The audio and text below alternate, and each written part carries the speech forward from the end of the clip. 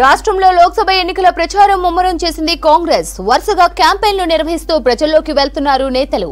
ఇవాళ జగిత్యాల జిల్లాకు రానున్నారు సీఎం రేవంత్ రెడ్డి. కోరుట్లలో జరిగే కాంగ్రెస్ జనజాతర సభకు హాజరు కానున్నారు. నిజామాబాద్ కాంగ్రెస్ ఎంపీ అభ్యర్థి తాటిపర్తి జీవన్ రెడ్డికి మద్దతుగా ప్రచారం చేయనున్నారు. ఉదయం 11 గంటలకు సభ ప్రారంభం కానుంది. ఇప్పటికే సభకు సంబంధించిన ఏర్పాట్లు పూర్తి చేశారు కాంగ్రెస్ నేతలు. ఇక కోరుట్లలో జరిగే సభకు సంబంధించి మరింత సమాచారం వెంకటేష్ అందిస్తారు. వెంకటేష్, సీఎం రేవంత్ రెడ్డి జనజాతర సభకు సంబంధించిన అప్డేట్స్ ఏంటి? రవంతి, కొద్దిసేపట్లో సీఎం రేవంత్ రెడ్డి ఈరోజు ఉమ్మడి కరీంనగర్ జిల్లాలో రెండవ సభకు అటెండ్ కాబోతున్నారు. ఈరోజు జరగబోతున్న సభ నిజామాబాద్ లోక్సభ పరిధిలో ఇక్కడ జగిత్యాల జిల్లాలోని రెండు కాన్స్టిట్యున్సీలు జగిత్యాల కొరట్లతో పాటు అటు బాల్కొండ ఆర్మూరు జనాలను కూడా ఇక్కడికి తరలించబోతున్నారు. చూడొచ్చు, సభ ఏర్పాట్లు ఇప్పటికే పూర్తి చేశారు. రేవంత్ రెడ్డి వచ్చిన తర్వాత ఎవరెవరు అక్కడ వేదిక మీద కూర్చోవడానికి వీలుగా సీటింగ్ అరేంజ్మెంట్స్ కూడా పూర్తయింది. అదేవిధంగా కళాకారుల కోసం ప్రత్యేక వేదికలు ఏర్పాటు చేశారు. ఎండ తీవ్రత ఎక్కువగా ఉన్నందువల్ల కుర్చీలతో పాటు ఫ్యాన్లు, కూలర్లు లాంటివి కూడా జనాలకు ఇబ్బంది కాకుండా ఏర్పాటు చేశారు. ముఖ్యంగా జగిత్యాల నుంచి ఈసారి జీవన్ రెడ్డి కాంగ్రెస్ పార్టీ అభ్యర్థిగా పోటీ చేస్తూ ఉన్నారు.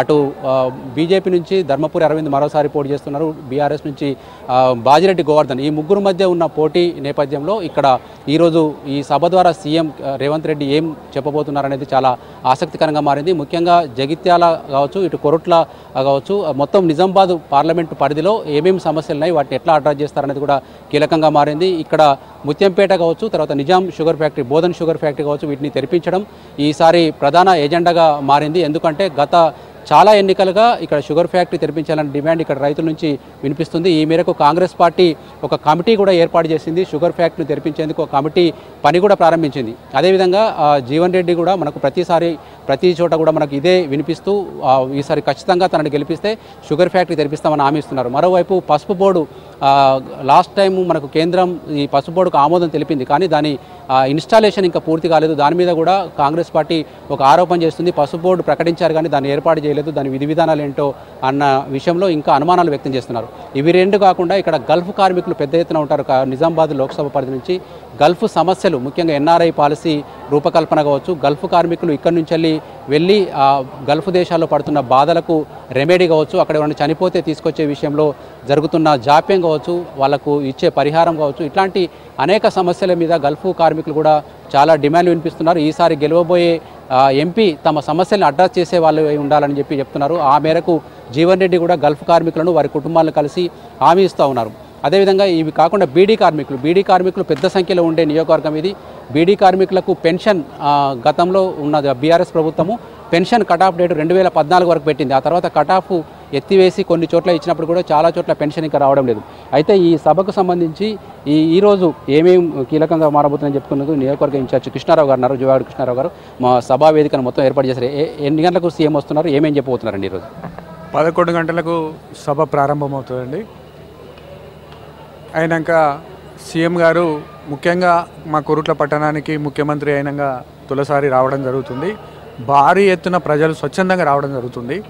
ఎందుకంటే జీవన్ రెడ్డి గారు ఒక రైతు బిడ్డ, నిత్యం ప్రజల్లో ఉండే నాయకుడు, సాధక బాధకాలలో ఉండే నాయకుడు కాబట్టి విపరీతంగా రెస్పాన్స్ ఉంది. కాబట్టి జీవన్ రెడ్డి గారి గెలుపును ఎవరు కూడా ఆపలేరని నేను తెలియజేస్తాను. ఈరోజు సీఎం తోటి ఏమేమి హామీ ఇప్పియబోతున్నారు? ఎందుకంటే జనాలకు చాలా డౌట్స్ ఉన్నాయి. ముఖ్యంగా లోక్సభకు గెలిచే అభ్యర్థి తమ సమస్యలు పరిష్కరిస్తారని ఆశ పెట్టుకున్నారు. ఈరోజు రేవంత్ రెడ్డి ద్వారా ఏమి హామీలు ఇవ్వబోతున్నారు? హామీలు అంటూ షుగర్ ఫ్యాక్టరీ మా దగ్గర ఇక్కడ ఉన్నది, అది ఓపెన్ చేస్తామని చెప్పడం జరిగింది. ఈరోజు కూడా ప్రకటిస్తారు. అదేవిధంగా పసుపు బోర్డు ఏదైతే ఏర్పాటు చేస్తామని గతంలో హామీ ఇచ్చిన వాళ్ళ నేతలు పట్టించుకోలేదు. ఈవెన్ ప్రధానమంత్రి కూడా ఒక జీవో ఇష్యూ చేసి పసుపు బోర్డు ఎక్కడ పెడతా అన్నది ఆ జీవోలో పెట్టలేదు. ఇప్పటికీ 6 నెలలు గడుస్తుంది. అంటే వాళ్ళు ఇచ్చే అబద్ధపు హామీలు ప్రజలు నమ్మడం లేదు. కాబట్టి రేవంత్ రెడ్డి గారు కూడా పసుపుకు మద్దతు ధర ఇస్తారని ప్రకటించడం జరుగుతుంది. కాబట్టి కేంద్రంలో కాంగ్రెస్ పార్టీ అధికారంలోకి రాగానే ఇవి ఖచ్చితంగా నెరవేరుతారని రేవంత్ రెడ్డి గారు కూడా హామీ ఇవ్వడం జరుగుతుంది. మరో 10-11 రోజుల్లో ఎలక్షన్ జరగబోతున్నాయి. ఈరోజు May 1, ఇంకా 10 రోజులు మాత్రమే ప్రచారం టైం ఉంది. ఎట్లా ఉంది మొత్తం నియోజకవర్గంలో జీవన్ రెడ్డి గారి గురించి? జీవన్ రెడ్డి గారికి మా కొరుట్ల నియోజకవర్గంలో దాదాపు మేము 1,10,000 ఓట్లు పడతాయని ఆశాభావం వ్యక్తం చేస్తున్నాం. ఎందుకనంటే స్థానికంగా ఉన్నటువంటి నాయకుడు ఇక్కడ ప్రజల సమస్యలు ఇదివరకు కూడా ఎప్పుడు కూడా నిత్యం ప్రజల్లో ఉండే నాయకుడు కాబట్టి జీవన్ రెడ్డి గారి మీద చాలా మటుకు సానుభూతి ఉన్నది. ఎండ తీవ్రత బాగా ఉంది. ఇక్కడ సభకు వచ్చే జనాల కోసం ఎట్లాంటి అరేంజ్మెంట్ చేశారు? ఒక ఫ్యాన్లు అయితే కనిపిస్తున్నా కానీ నిన్న కూడా ఒక చిన్న విషాదం జరిగింది. జమ్మికుంటలో ఒక వృద్ధురాలు చనిపోయింది ఎండ కోసం వచ్చి, సభ కోసం వచ్చి. అట్లాంటి ప్రమాదం జరగకుండా ఏం చర్యలు తీసుకుంటున్నారు? జన సమీకరణ ఎట్లా చేస్తున్నారు?